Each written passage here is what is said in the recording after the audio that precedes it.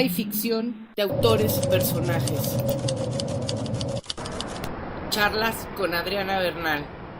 Alfaguara México en realidad no había publicado muchas novelas policíacas que yo recuerde. Las novelas policíacas mexicanas están en otros sellos, están en Tusquets, están ahora ya en literatura Random House, etcétera, etcétera. Se dio la coincidencia, yo soy autor de Alfaguara, entregué novela policíaca, descubrimos que estaba el sello, porque el sello existe hace varios años, pero como que hubo un redescubrimiento recientemente ahora con Pierre Lemaitre y con John Banville, no John Banville, sino Benjamin Black.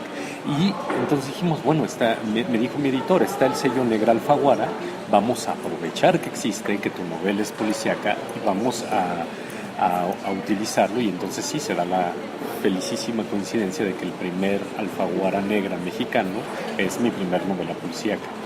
Ok. Sí, creo que en efecto sí hay elementos y marcas estilísticas a las que no puedo renunciar ni querría renunciar, porque son preocupaciones que he tenido desde el principio, que tienen que ver con la construcción del lenguaje, con hacer cosas, con cargar de determinados valores cada palabra, con incluso construir de diferentes maneras las oraciones dependiendo de lo que estoy contando y demás. Pero por otra parte también siempre me ha interesado reinventarme un poco entre novela y novela. Normalmente no suelo hacer ya sea un cambio de temática, un cambio de estructura, un cambio de forma entre una novela y la siguiente. Entonces eso siempre me ha ocupado y ahora me volvió a ocupar, aunque sí, evidentemente mis obsesiones ahí siguen estando. Segunda persona.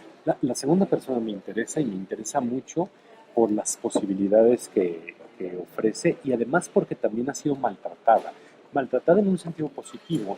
Yo recuerdo muchas pláticas y muchas conversaciones en torno a la segunda persona que dicen que es un narrador muy complicado y es un narrador cansado para los lectores, en muchos de los casos por las repeticiones, por cierta sonoridad que conlleva el tema, pero también es un narrador muy poderoso porque permite hacer cosas que solo la primera y permite hacer cosas que solo la tercera, en tanto a la distancia focal que suele tener con el personaje.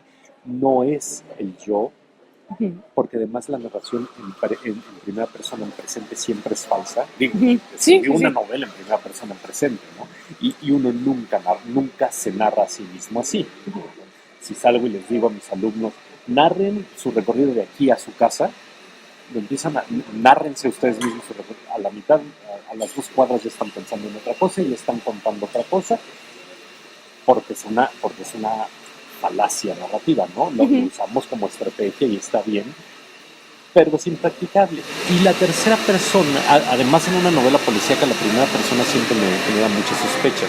Claro. Soy lector de novela policíaca desde hace mucho, y la primera persona, cuando empiezo a leer un libro narrado por el detective en primera persona, lo primero que pienso es, sobrevivió, ¿no? Claro. Al menos ya, Y eso lo sabían los clásicos. Justo por eso Sherlock Holmes nunca narraba nada, ¿no? Para eso tenía a Watson, o para eso Poirot tenía Hastings, o para eso tenían a su narrador testigo que no intervenía, porque si no, además, todo se revelaría mucho antes. Claro. Holmes siempre sabía quién era a la página 4, entonces todo lo demás se perdería.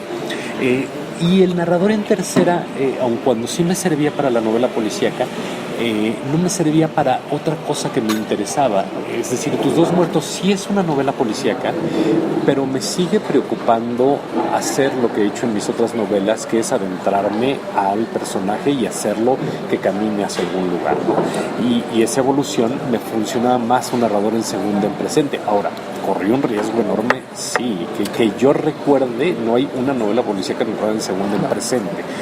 Y hay poquititas narradas en segunda en general. En realidad ninguno de mis protagonistas ha sido nunca cercano a la visión clásica del héroe. A mí esos protagonistas no me resultan atractivos a la hora de escribirlos, porque además me da la impresión de que si los escribiera, de pronto se me pasaría y sí los haría súper poderosos y súper todo, ¿no?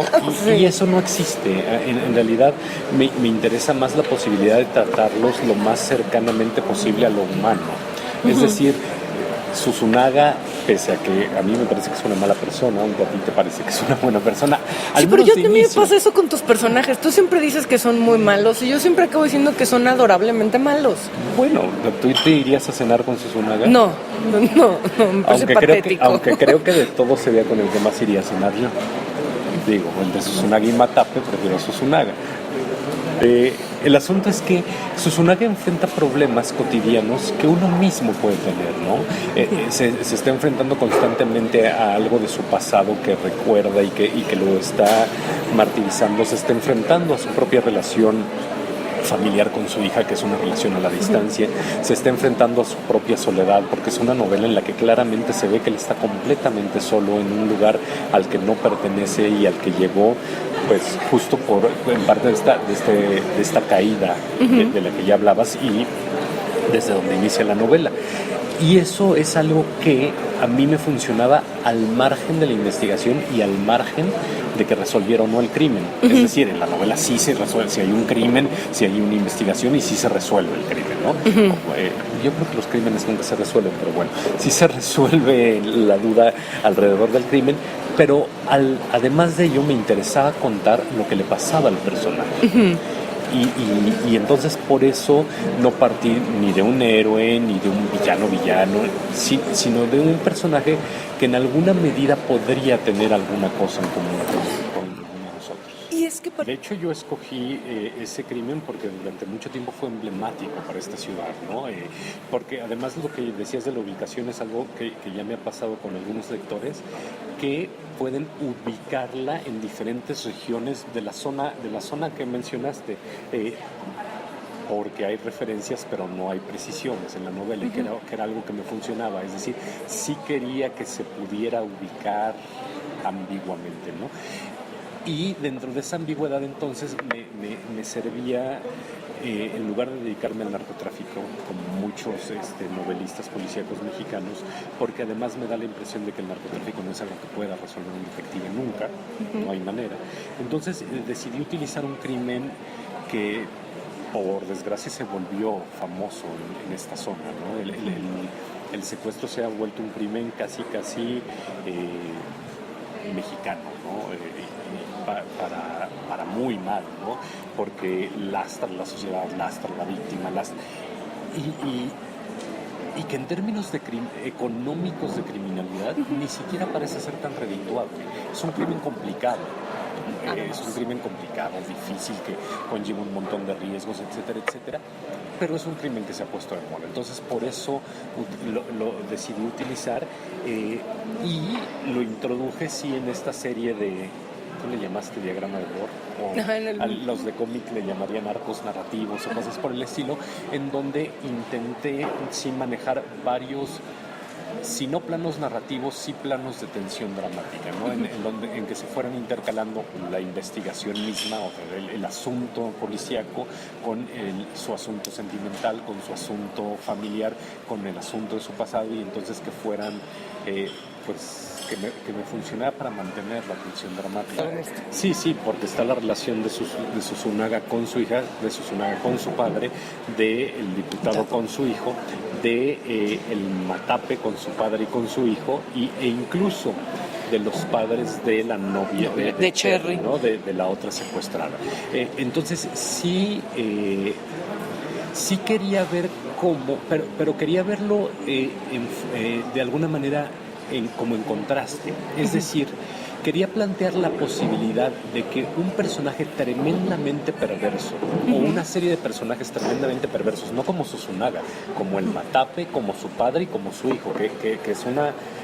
En verdad, es algo que me parece casi rayano en la sordidez, ¿no? Comparado con un diputado con su hijo, que opinemos lo que opinemos de los políticos, bueno, finalmente parecería algo mucho más normal, mucho más natural. La relación filopaternal podría ser muchísimo más estrecha del lado pervertido que del lado normal, o que del lado natural. Entonces quería explorar esas posibilidades, y Susunaga me funcionaba como pivote porque las relaciones a su padre parece ser contrastante con las relaciones a su hija, ambas a la distancia, ¿no? Una del tiempo y la otra del espacio. Claro. Y entonces justo quería también indagar discursivamente hablando ahí, aunque no necesariamente en términos de la trama principal, pues cotidiana. Es decir, si cualquiera es víctima de un delito en este país, no pasa mayor cosa. Si secuestran al hijo de un diputado, quién sabe, pero solo a los hijos de determinados diputados los podrían llevar a una entrevista en horario estelar en horario AAA en Canal 2, ¿no? Y dejarlo llorar, y dejarlo llorar a cuadro y ofrecer dinero, ¿no? Es decir, se me ocurre que lo podrían hacer con 3 diputados, no sé. Sí, claro, con más de uno, sí, ¿no? Sí, pero no con todos ni siquiera, es decir, no solo... Bueno, son 500, estaría cooptado. Lo sabemos con la impartición de justicia, sabemos que no es igual para todos, pero el asunto de los medios tampoco, es decir, los medios también rinden tributo a quien deben rendirlo y lo sabemos. Entonces, si bien no quería hacer una crítica directa a eso ni a la impartición de justicia directa, finalmente sí eran 2 elementos que yo no podía soslayar. Es decir, no podía ser una novela mankeliana en ese sentido de a Wallander le dicen encuentra al criminal y va y lo encuentra. Aquí al detective le dicen encuentra al criminal cualquiera y no lo va a encontrar. Tiene que haber una razón para que lo busque, y la razón para que lo busque en este caso es que es hijo de un diputado que además sale en la tele, ¿no? Entonces, claro. si no sería verosímil esa búsqueda. Es que además, y en eso también hay un contraste enorme, ya no digamos con la novela escandinava policíaca, también con la gringa, pues, y ni siquiera con la novela. Si pensamos en cosas como CSI, hombre, eso no hay en México. Es decir, en México se investiga como el 5% de los delitos que se investigan. No hay recursos técnicos, humanos y mucho menos de voluntad para investigarlos a todos. Claro. Pero si se les investigara, tampoco habría con qué, pues, es decir, si no hay ni recursos. Base de datos de huellas digitales nacional. No existe. Se la robarían, además, ¿no? La vendería a alguien. Base de datos de ADN nacional. No hay manera de que se puedan encontrar esas cosas en este país. Y si las hay para unos cuentos, ¿no? Para asuntos que van más allá de la de la investigación de la justicia o de la procuración de la justicia cotidiana. Entonces también quería contrastar un poco eso, sin entrar en detalles demasiado técnicos, porque tampoco tengo acceso a ellos, ¿no? Es decir, ¿qué hace justo un agente del MP en el momento en que le dan la orden? ¿Quién sabe? ¿Qué hace este sujeto cuando se la dan? Pues hace eso porque en realidad hasta lo hace un poco con desinterés, porque sabe que tampoco es relevante para su vida, y si le sale también es porque se van concatenando ciertas cosas y porque se le van atravesando otras. No, bueno, y fue más o menos propositivo en el asunto del retrato. Finalmente así suceden las cosas y en cierto sentido es una novela, aunque no es realista, pero intenta imitar ciertos valores entendidos de la realidad, ¿no? Pero también me había yo dado cuenta de que en mis novelas anteriores, en todas los protagonistas eran hombres, pero las más importantes eran mujeres. Uh-huh. Y eran o la causa o el detonador o la motivación o incluso en la anterior, en Justo Después del Miedo, la más perversa de todas era una mujer. ¿Sí? Y entonces me di cuenta que ahora podía también darme el lujo de no correr el riesgo de parecer machista con una novela que lo es. Sé que lo es porque el contexto obligaba a que lo fuera. Uh-huh. Porque así es nuestra sociedad, ¿no? Yo no lo soy, ya quedó muy claro en las novelas anteriores, ahora sí me puedo, que en realidad no es que me dé el permiso ni nada por el estilo, pero me parece que en ese sentido, pues sí, tal cual lo dices, ¿no? Son cosas que suceden y justo por eso también me permití jugar con esto que tú bien llamas la feminización del cuerpo, o la sociedad o la colonia o el barrio se tienen que hacer cargo de su propio sistema de justicia y hacerse todos corresponsables de su impartición. Por eso no hay alguien culpable en ese sentido particular, sino que todos podrían ser culpables, ¿no? Ese es el pequeño juego con el que también buscaba retratar un poco la manera en la que se podría comportar un núcleo establecido desde hace tanto tiempo, ya sea la colonia de la periferia, ya sea el pueblito, ya sea el barrio, porque también tienen comportamientos colectivos que se vuelven muy interesantes. Ahora sí, no. Necesitaba yo ser tremendamente consciente de las limitaciones de mi narrador. Ok. Y mi narrador no sabe más de lo que sabe Cipriano. Si acaso sabe lo que le cuentan, el último diálogo que es un diálogo que funciona justo para eso, para revelar ciertas cosas, pero no puede saber más, porque está el narrador supeditado a lo que sabe el personaje. Entonces, sí podría yo dar una explicación después, bueno, no yo, ¿no? La novela, o sea, sí podría haber ahora confiesen ahí en los separos o los torturados. Bueno, sí. Pero me daba la impresión de que ahí en los separos torturados ya no iba a estar Cipriano.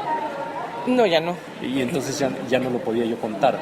Como no puedo contar qué va a pasar entre el diputado y su hijo después, hombre, algo pasará, no sé, porque ya no está el personaje ahí. Entonces siempre quise tener muy presentes las limitaciones de mi narrador. Entonces justo por eso pasan esos huequitos de ambigüedad en los que sabemos que alguien jaló algo, pero no sabemos quién jaló qué. ¿Cómo es? Sí, bueno, sí, era un asunto muy, muy técnico. Era un asunto en donde además yo quise mezclar varias cosas. Esto que mencionas de la segunda muy compacta, propositivamente fui acortando la extensión de las frases de manera inversamente proporcional a la intensidad de lo sucedido. Entonces, cuando más intensa es la novela, las frases son más chiquitas. Cuando más relajada es, cuando anda el comandante caminando, son más largas. Y justo eso después tenía que hacer que embonara con... Es como si hubiera escrito dos al mismo tiempo y luego los hubiera barajado un poco. No, sí se escribieron en el orden en el que están, pero sí tuve ahí escribir, caminar mucho para que saliera esa parte. Justo es la primera persona que me menciona esa parte, eso ya me puso más contento todavía. Fue complicado, mucho. Sí. La siguiente novela, estoy escribiendo una novela de otra cosa ahorita. Ajá. Pero no soy ingenuo, pues sí, conozco el género. Y sí, definitivamente se quedaron abiertos los suficientes cabos como para hacer una segunda entrega, al menos. Tampoco sé si es saga ni nada. No está ni planeada, ni escaleteada, ni diagramada, ni nada por el estilo. No, pero sí hay conciencia de que están hay esos conciencia. Creo que en realidad dependerá mucho de los lectores y de la respuesta y de... que lo he hablado con mi mujer, lo he hablado con mi editor, lo he hablado con mis primeros lectores, es decir, a los que se los doy antes de que se publique la novela. Hay coincidencias, pues. Ahora, si me animo, estaré en un problema porque no sé qué va. Claro. Pero bueno, eso es parte de las razones por las que escribo, no saber de qué va. Sí, estoy yo convencido de que el día que sepa de qué va la novela enterita no la voy a escribir porque pues ya... Ya sabes de qué va.